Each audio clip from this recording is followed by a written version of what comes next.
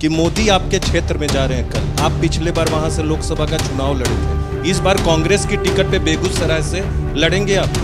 एक बात बताइए, अब की बार 400 पार अगर हो जाता तो एन केन प्रकारेण किसी को भी, आपको मालूम है बीजेपी ने आज किसको उड़ीसा में ज्वाइन कराया है? एक बीजेडी का एमएलए जो भाजपा कार्यकर्ताओं के ऊपर गाड़ी चढ़ा दिया। देखिए, इसको हम लोग, इसके दो पहलू हैं।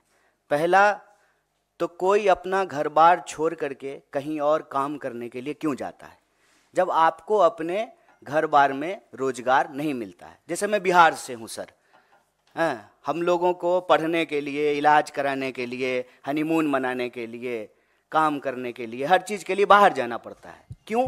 क्योंकि हमारे राज्य में अवसर नहीं है। ये सच बात है, वरना अपना घर बार छोड़ करके क्यों आएगा कोई? पंजाब का कोई व्यक्ति तो बिहार में जाकर के धान काट नहीं रहा है, बिहार का ही लोग जाकर के काट रहा है। तो पहला मसला ये है कि अपने देश में, इस देश के नौजवानों के लिए रोजगार नहीं है। ये सबसे प्रमुख बात है। दूसरा, फिर मरता क्या ना करता, जो काम मिल जाए सर। यही हमारी यूनिवर्सिटी के पीछे जो है बहुत सारी एम्बेसी है, लोग जो है रात को 2 बजे से लाइन लगाते हैं वीजा लगवाने के लिए। 2 बजे से 8.5 लाख लोगों ने जो है इंडियन पासपोर्ट छोड़ दिया है। कहते हैं कि जो है विश्व में डंका बज रहा है। 8.5 लाख लोगों ने जो है इंडियन पासपोर्ट छोड़ दिया है।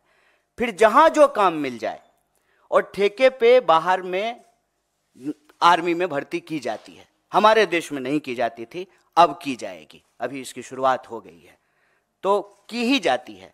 इजराइल का मामला अलग है। इजराइल में आर्मी में नहीं, दूसरे काम के लिए, डिफेंस से रिलेटेड नहीं, बल्कि और दूसरे सिविलियन काम के लिए जो है भारतीय नौजवानों को अलग अलग कंपनियां जो है देश के अलग अलग शहरों में सक्रिय है। किसी ना किसी कोने में जो है तुरंत आइए, मिनटों में वीजा पाइए के विज्ञापन के साथ जो है दुकान खुले हुए हैं। और भारतीय नौजवान जो है उसमें किसी तरीके से चाहते हैं कि हमको देश में कोई अवसर मिल नहीं रहा है तो विदेश में कोई अवसर मिल जाए, वो उसके तहत जो है बाहर चले जाते हैं। और वहाँ जाकर के जब उनके साथ कुछ बुरा होता है, वो फंस जाते हैं, तो उसकी कोई जिम्मेवारी नहीं है, उसकी कोई अकाउंटेबिलिटी नहीं है। तो ये 30 छात्र, ये जो 30 लोगों को बंधक बनाए, क्या ये स्टूडेंट वीजा पे गए हैं? और अगर स्टूडेंट वीजा पे गए हैं और वहाँ पढ़ रहे थे, तो अगर रूस की सरकार ने इनको बंधक बनाया है, तो क्या विदेश मंत्रालय को लेकर आप लोग कुछ कहेंगे? विदेश मंत्रालय इंटरव्यू करे? देखिए, अब इस बात का जवाब एक्चुअली हमारे सीनियर जयशंकर जी देते, विदेश मंत्री वो हैं, कि किस वीजा पे ये लोग गए हैं, सरकार का इस पे क्या स्टेटमेंट है। हम तो जो है इस देश का जिम्मेदार विपक्ष होने के नाते सरकार से यही सवाल कर रहे हैं कि भारत का कोई भी नागरिक दुनिया के किसी हिस्से में अगर मुश्किल में है तो उसको उस मुश्किल से निकालना सरकार की जिम्मेवारी है। और हम आपको याद दिला दें, यही प्रचार भी तो किया गया था। मुझे याद है, आप लोगों को भी याद होगा, उत्तराखंड में त्रासदी हुई थी और जो है मोदी जी के लिए बड़ा बड़ा प्रचार हुआ था, हर अखबार के पृष्ठ पे छपा था कि खुद से हेलीकॉप्टर चला करके गए हैं। नहीं, खुद से नहीं गए थे, मतलब हेलीकॉप्टर लेके गए हैं और गुजरातियों को निकाल करके ला रहे हैं। दुनिया के किसी कोने में कोई गुजराती को कुछ हो जाए तो मोदी जी पर्सनली जो है उसकी मदद करते हैं। तो हम बस उनको याद दिला रहे हैं कि जो है आपका ये गुण कहाँ है, हम देखना चाहते हैं। हम चाहते हैं कि देश के बाहर जो भारतीय नौजवानों के साथ देश के अंदर जो परिस्थिति है जिसके चलते उनको विदेश जाना पड़ रहा है, तो उनके साथ अगर कुछ बुरा हो रहा है तो सरकार इसकी जिम्मेवारी ले। ये तो सरकार बताए कि कैसे गए हैं, किस माध्यम से गए हैं, स्टूडेंट वीजा पे गए हैं कि वर्क वीजा पे गए हैं कि टूरिस्ट वीजा पे गए हैं, वीजा का कैटेगरी का है, H1N1 कौन सा वीजा लेकर के गए हैं, ये तो सरकार बताएगी। हम कैसे बता सकते हैं? हम तो विदेश मंत्री हैं नहीं। आप बेरोजगारी का आलम यह है कि अब तक की सबसे उच्चतम स्तर पे है। सरकार की तरफ से कल आंकड़ा भी ये सामने आया कि जीडीपी ग्रोथ जो है वो 8.4% हो गई है। क्या कहेंगे आप? 750 लोग जो है वो धन्ना सेठ हो गए हैं, अरबों खरबों में उनकी कमाई हो गई है, और किसान ने आत्महत्या कर लिया है 12,500। इसको कैसे देखते हैं?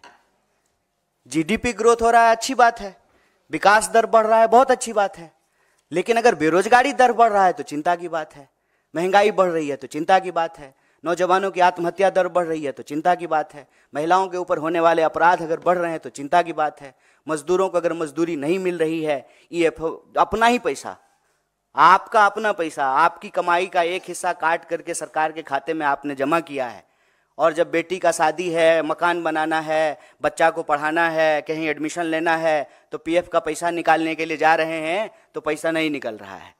तो हम कह रहे हैं कि जो अच्छी चीज़ है वो अच्छी चीज़ है, जीडीपी बढ़ गया बहुत बढ़िया बात है। मतलब हम बार बार यही सवाल पूछते हैं ना कि 5 ट्रिलियन की इकोनॉमी हो गई, शानदार सुंदर, लेकिन 5 ट्रिलियन की इकोनॉमी हो गई तो ये 80 करोड़ लोग कौन है जो 5 किलो अनाज लेने के लिए खड़े हैं? तो धन कहां जा रहा है, किसके पास जा रहा है? आंकड़ा उठा करके देखिए, जीडीपी तो बढ़ रहा है, लेकिन हमारा जनरेशन जो है इतिहास में सबसे गरीब जनरेशन है। कोई एसेट्स नहीं खरीद पा रहा है, अगर कोई एसेट खरीद रहा है तो ईएमआई पे खरीद रहा है। तो ये जीडीपी ग्रोथ किसका है वो देखने की बात है ना। और इसमें कोई अंतर विरोधी बात तो है नहीं, ये तो और अच्छी बात है। तब तो सरकार अब ये बहाना नहीं लगाएगी कि हमारे पास पैसा नहीं है। तब तो हम कह सकते हैं ना कि जीडीपी ग्रोथ अगर 7.5% हो गया है तो फिर वो जो मांग है इस देश के विद्यार्थियों का कि शिक्षा पर जो खर्चा हो बजट का 10वां हिस्सा हो, तो 10वां हिस्सा बजट का आप एजुकेशन पे खर्च करने लगी है। लेकिन आपको मालूम है कि इस बार के बजट में जो है एजुकेशन के ऊपर कटौती की गई है। तो पैसा अगर पैदा हो रहा है इकोनॉमी में तो जा किसके पास रहा है? ये बेरोजगारी क्यों बढ़ रही है? किसानों की आमदनी क्यों नहीं दुगनी हो रही है? एमएसपी क्यों नहीं मिल रहा है? और आप सब पत्रकार साथी एक बात याद दिला दूं, लाडली का कितना प्रचार किए थे लाडला ने, लाडली कहां है? लाडली में पैसा मिलना बंद हो गया है। एमएसपी पे जो वादे किए गए थे वो वादा तो छोड़ दीजिए। गुजरात के मुख्यमंत्री थे मोदी जी, तो प्रधानमंत्री मनमोहन सिंह जी को चिट्ठी लिख करके कहा था कि एमएसपी दुगनी कर दीजिए। अब तो मनमोहन सिंह जी प्रधानमंत्री हैं नहीं, गुजरात के मुख्यमंत्री देश के प्रधानमंत्री बन गए हैं, तो एमएसपी क्यों नहीं लागू कर दे रहे हैं? उसको कानूनी दर्जा क्यों नहीं दे रहे हैं?